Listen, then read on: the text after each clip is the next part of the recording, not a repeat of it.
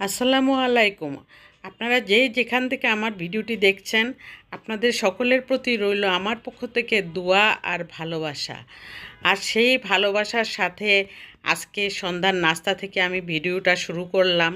সেই ভিডিওটা হলো চটপটি ফুচকা। কার না পছন্দ বলেন? সব বাচ্চাদেরই পছন্দ, বড়দেরও পছন্দ। সেই জন্য আমি গতকাল রাতে আমি ডাবলিটা ভিজিয়ে রেখেছিলাম। আর সেই ডাবলিটা আজকে আমি বেকিং সোডা দিয়ে ভিজিয়ে রেখেছিলাম। বেকিং সোডা দিয়ে ভিজিয়ে রাখলে খুব অল্প সময়ে ডাবলিটা সিদ্ধ হয়ে যায়। আর সেই জন্য আমি আজকে এটাকে ভালো করে ধুয়ে সুন্দর করে আমি ডাবলিটা সিদ্ধ করে নিলাম।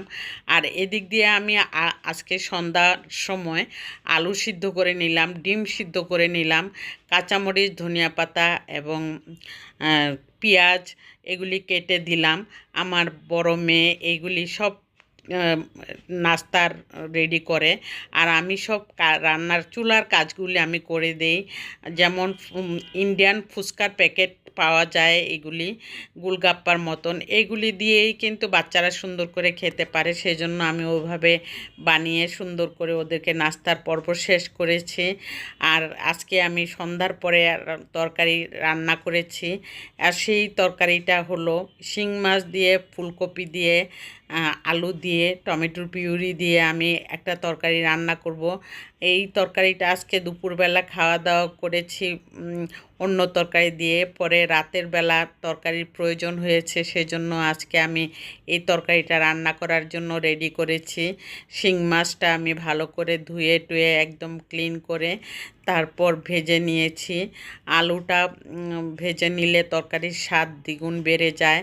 আর সেই আলু আর ফুলকপিটা আমি আলুটা ভালো করে ভাজা হয়ে যাওয়ার পর আমি ফুলকপিটাও একটু ভেজে নিব। এখানে আমি হলুদের গুঁড়া আর একটু লবণ আর তেলের মধ্যে আলুটা ভেজে নিচ্ছি। আর ভেজে নেওয়ার ফলে কিন্তু আলুটা অনেক সফট হয় রান্না করলে। সেই জন্য আমি আলুটা সবসময় ভেজে নেওয়ার চেষ্টা করি। খুব তাড়াহুড়া থাকলে তখন আর ভাজি না। আর এখানে ফুলকপিটাও আমি ভেজে নিচ্ছি। ফুলকপি দিয়ে শিং মাছ দিয়ে কিন্তু অনেক মজাও হয়। আমি আবার ফুলকপি দিয়ে অনেক সময় গরুর মাংস দিয়েও রান্না করি, মুরগির মাংস দিয়েও রান্না করি। আর মাছ দিয়ে, রুই মাছ দিয়ে তো রান্না করা হয়ই। এই ফুলকপির তরকারিটা রান্না করেছি ফ্রিজে। আমি ফুলকপি গত বছর একদম যখন সিজন থাকে তখনই আমি ফুলকপিটা ফ্রিজে একটু হাফ সিদ্ধ করে সুন্দর করে রেখে দিয়েছিলাম।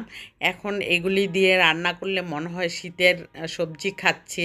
কোনো মজার কোনো হেরফের হয় না। অনেকেই বলে ফ্রিজের জিনিস খেতে ভালো লাগে না, কিন্তু এ রাখার সিস্টেমও আছে। যদি আপনি একটার সাথে আরেকটা একদম লেগে লেগে থাকে তখন কিন্তু তরকারির স্বাদ নষ্ট হয়ে যায়। আর যখন ফ্রিজে রাখবেন তখন আপনারা এই টিপসটা মনে রাখবেন।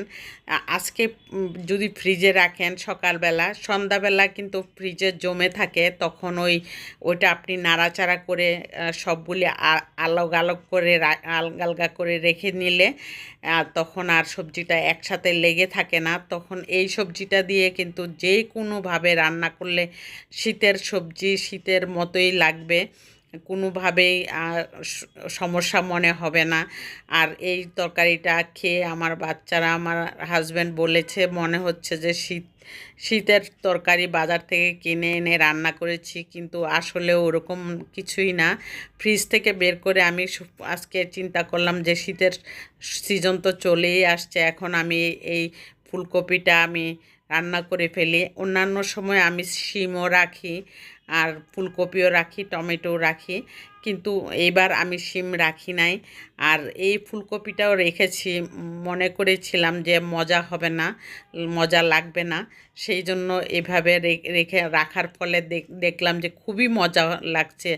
আর তরকারিটা এমন সুন্দরভাবে সিদ্ধ হয়ে গেছে, ফুলকপিটা না দেখলে আপনারা যদি এভাবে রেখে নিজেরা খেয়ে দেখবেন তখন বুঝতে পারবেন। আর আমি এভাবে রেখেছি, সামনের বছর আমি আরও বেশি করে রাখবো। আমি 2টা ফুলকপি রেখেছিলাম শুধু, আর সেটা আমি আজকে রান্না করলাম। একটা ফুলকপি আজকে রান্না করলাম, সেজন্য ভাবলাম যে আপনাদের সামনে তুলে ধরি। আর এই তরকারিটা খুবই টেস্ট হয়েছে এবং খুব মজা লেগেছে।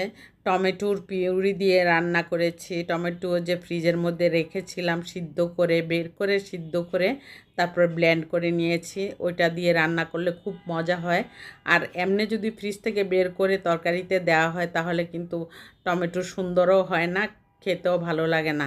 আর আমার ভিডিওটা যদি ভালো লেগে থাকে সাবস্ক্রাইব করে অল বাটন প্রেস করে রাখবেন।